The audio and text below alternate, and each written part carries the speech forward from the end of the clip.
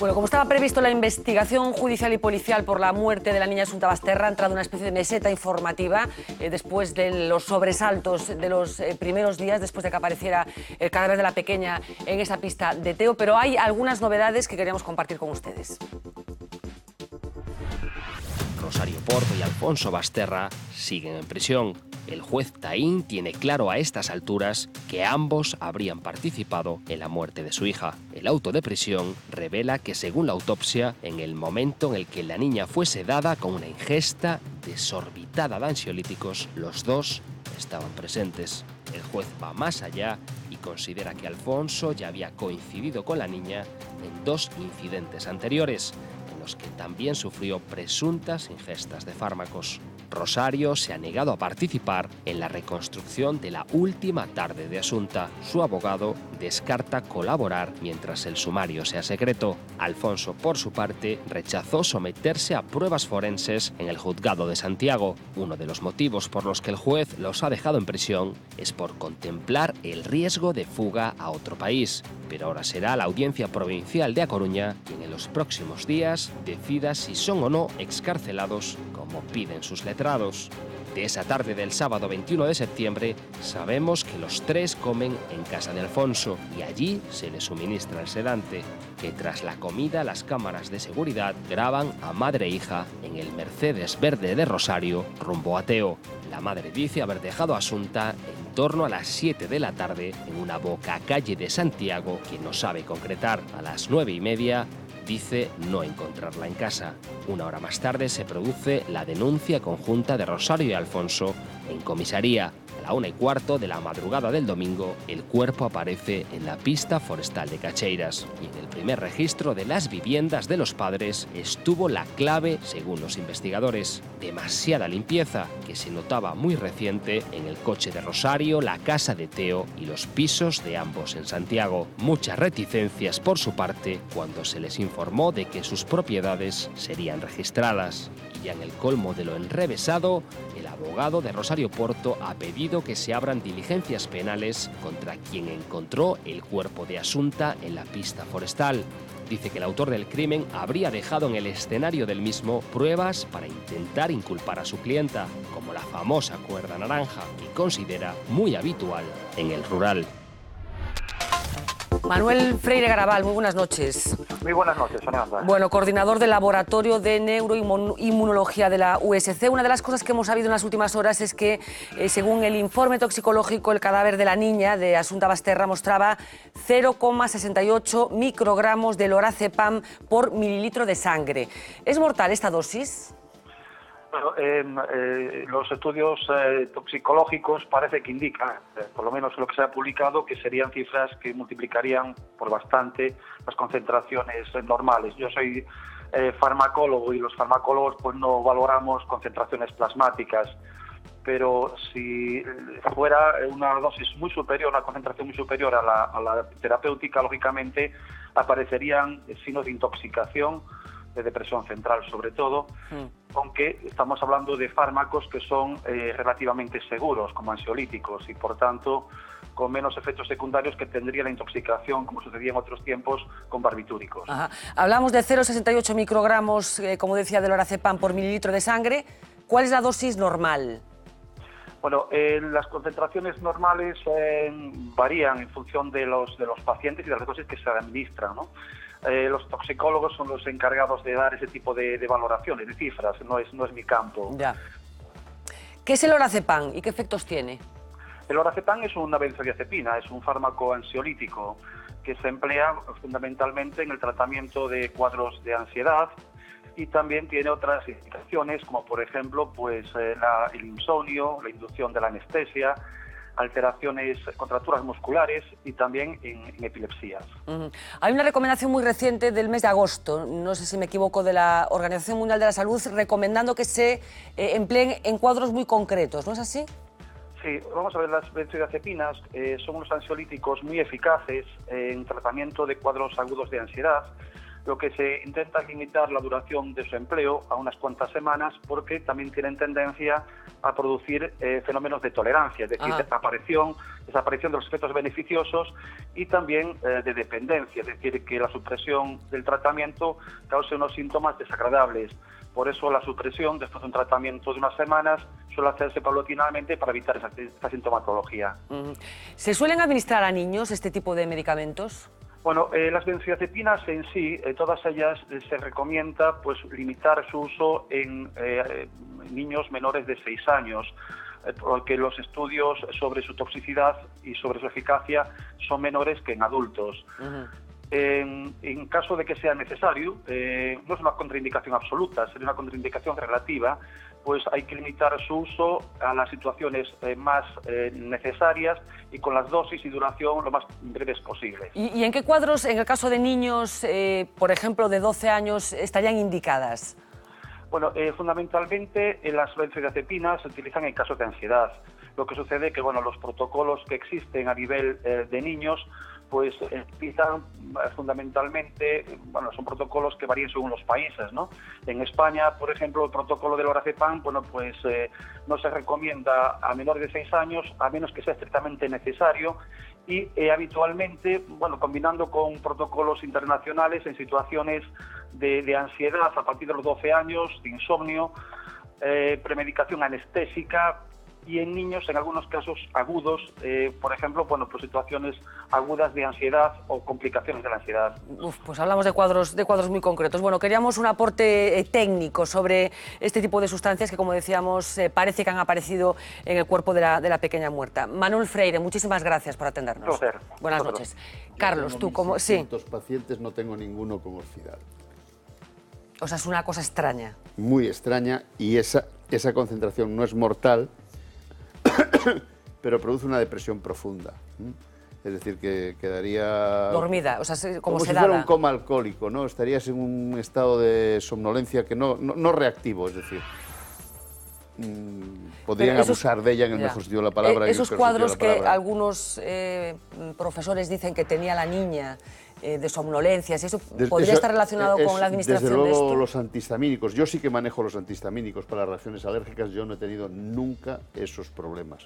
Esos que cuentan que como tenía alergia le daban, no es verdad, ni el Aerius, ni el Shazal, ni los medicamentos, y mire que yo los manejo con dosis altas, nunca he tenido esos efectos. En cualquier caso, lo que decía, la dosis, 0,68 microgramos de orfidal, como decíamos, por litro de sangre, eso es muy alto.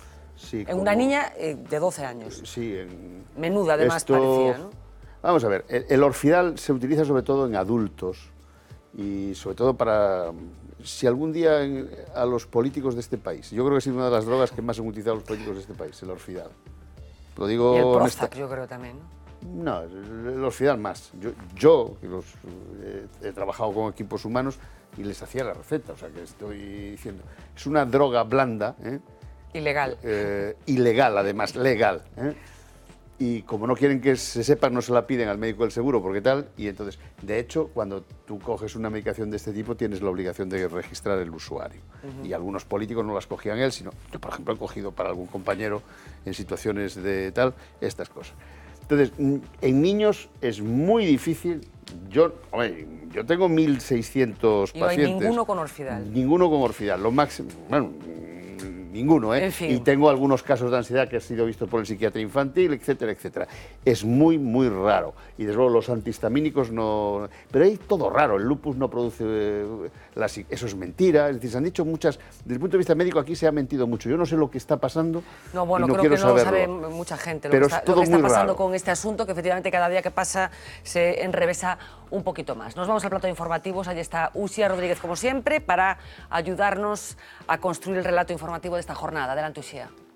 Pues tras justificar algunos recortes sanitarios en la necesidad de homogeneizar las prestaciones en todo el país, ahora el Gobierno nos sorprende dejando las ayudas a la compra de libros de texto en manos de las comunidades autónomas. La partida que los presupuestos destinaban a ese fin pasa de 20 millones de euros a tan solo 1,4, lo imprescindible para hacerse cargo de las ayudas en Ceuta y Melilla. El resto de autonomías decidirá unilateralmente si financia o no la adquisición de ese material escolar y lo harán, si quieren, con sus propios fondos. A partir del curso que viene, las familias tendrán más o menos problemas para afrontar la vuelta al cole según el lugar en el que vivan. Este año, más de 600.000 niños ya se quedaron sin ella.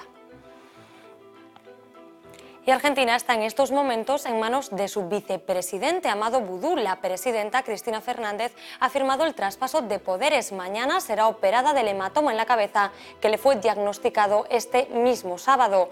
El equipo médico, que primero le recomendó 30 días de reposo, ha cambiado de idea ante la aparición de nuevos síntomas. Cristina Fernández ya ha llegado a la clínica privada en la que se realizará esa intervención, mientras Amado Boudou ejerce de presidente en funciones, no sin polémica, ya que él está siendo investigado por corrupción.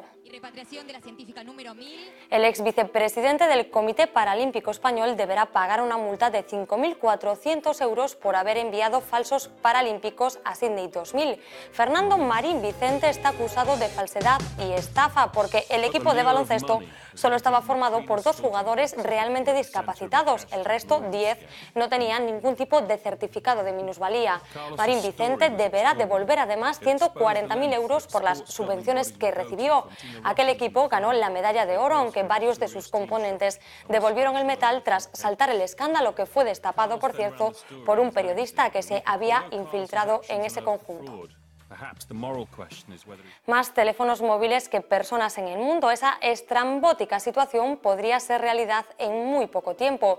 Y es que según el informe anual de la Unión Internacional para las Comunicaciones, presentado hoy en Ginebra, a final de este año la cifra ya será similar. Habrá unos 6.800 millones de contratos de telefonía móvil. La población de la Tierra supera por poco los 7.000 millones. El estudio también revela que el 40% de la población mundial tiene acceso a Internet y que el país del mundo con mejores telecomunicaciones es Corea del Sur. España se mantiene en el puesto 27. Es sin duda una de las imágenes del día, la de ese montón de delfines calderones varados en una playa gallega, la de Porto de Bares, en Mañón. Hasta 22 ejemplares se quedaron en seco al bajar la marea. El pueblo entero se unió para intentar devolverlos al mar. Al final, al menos 6 ejemplares murieron en la arena, el resto regresaba a mar abierto, aunque unos cuantos volvían a varar a media tarde en Ovicedo. Todavía no están fuera de peligro. Se cree que todos siguieron los pasos del líder de la manada, que estaría enfermo y se habría desorientado. Con esa imagen terminamos este último repaso. En fin, una imagen muy llamativa la que nos proporcionaban las costas gallegas y que, bueno, ha formado parte de la actualidad de todos los informativos de la jornada. Gracias, Susía. Nos vamos a la primera página del periódico de mañana. Repulsa unánime por el atentado contra el Ayuntamiento de Beade. Titular de apertura: un artefacto de fabricación casera causó de madrugada grandes daños en la sede del Concello Ourensano. Se empousa alcalde desde 1974. As miñas ideas sobre Franco non mas van quitar con bombas. Foto de primera para este asunto que comentábamos. Mueren 6 de los 22 calderones que vararon en la playa de Porto de Bares, con una fotografía firmada por Xulio Villarino. Más titulares: la Troika premió al Gobierno para que adelantara la venta de Nova Galicia. Le planteó otro rescate bancario si no acababa ya la reestructuración financiera. Forman parte también de la primera los siguientes asuntos. El hombre que encontró el cuerpo de Asunta.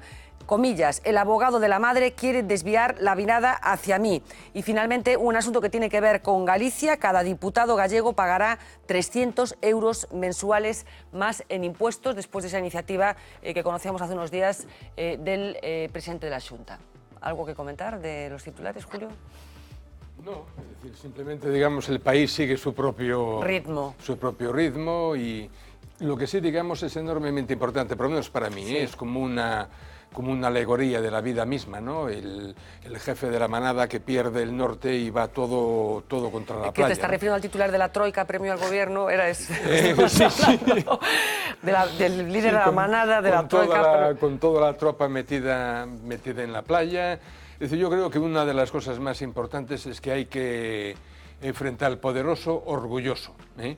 Y hay que tenerlos enormemente vigilados porque si se equivocan nos llevan a todos contra la playa. A donde nos han llevado ya, en fin.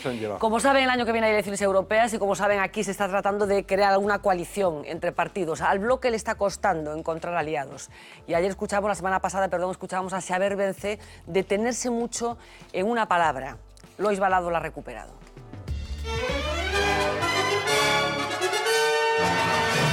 Off the record.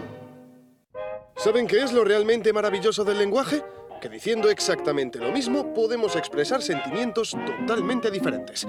Por ejemplo, no es lo mismo decir el Partido Popular no conocía las prácticas del señor Bárcenas que decir el Partido Popular no conocía las prácticas del señor Bárcenas. Pues igualmente no todas las formas de decir Izquierda Unida son iguales. Y, por ejemplo, Xavier Vence. Non entra a posibilidade de ir en ningún caso baixo paraguas de unha forza estatal como poda ser Izquierda Unida. Izquierda Unida. Izquierda Unida. Una pronunciación que nos recuerda algo. Como poda ser Izquierda Unida. Ya déjame. Pero ¿por qué ese énfasis de Vence en la letra Z? Atendiendo al lenguaje onomatopéyico, podríamos pensar que a Vence, Izquierda Unida le produce narcolepsia, ya que tradicionalmente conocemos la Z como la letra del sueño. Y oigan, tampoco sería tan descabellado. Nosotros vamos a continuar aportando nuestra posición de petición de dimisión del gobierno del Partido Popular por vulneración de su programa electoral, por ganar campañas electorales con fondos ilegales. Pero no creemos que se deba a esto, sino más bien que al bloque no le gusta Izquierda Unida como socio de cara a las europeas. Y es que nada gusta menos a los nacionalistas que un partido español como camarada. Bueno, tal vez haya cosas que les gusten menos todavía, pero menos probables. Señor Feijóo, tengo que decir yo. ¡Viva España! Estaremos atentos a qué evolución siguen de cara a las elecciones europeas las formaciones de izquierda. O mejor dicho, las formaciones de... Izquierda.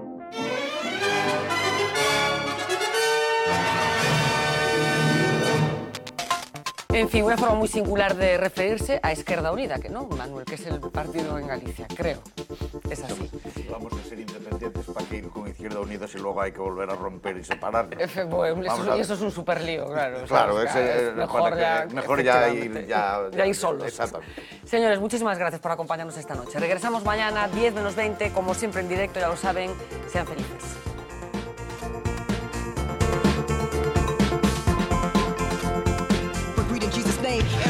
Delusions, vigibly with no solutions, impositions, superstitions, violence and contradictions, false visions, no conviction, compromise, commercialism. I said compromise, commercialism, work and vision, work for wisdom, full electromagnetism, who comes first position, rasping, missing, you've been listening, watch the empress, best system, behaviorism, false religion, plagiarism, broken system, euphemism, up again, inhibition, prohibition, disconnection, broken wisdom, broken system, can't hold wisdom, the Chinese and exorcism, egotism, alcoholism, fascism, rationalism, national tension, journalism, gorgostopoism, paparazzoism, as the world turns into some less trust eroticism, social drugs, narcotics, and occult existence, superstition, ritual, materialism, serialism, habitual inferior vision, consumerism.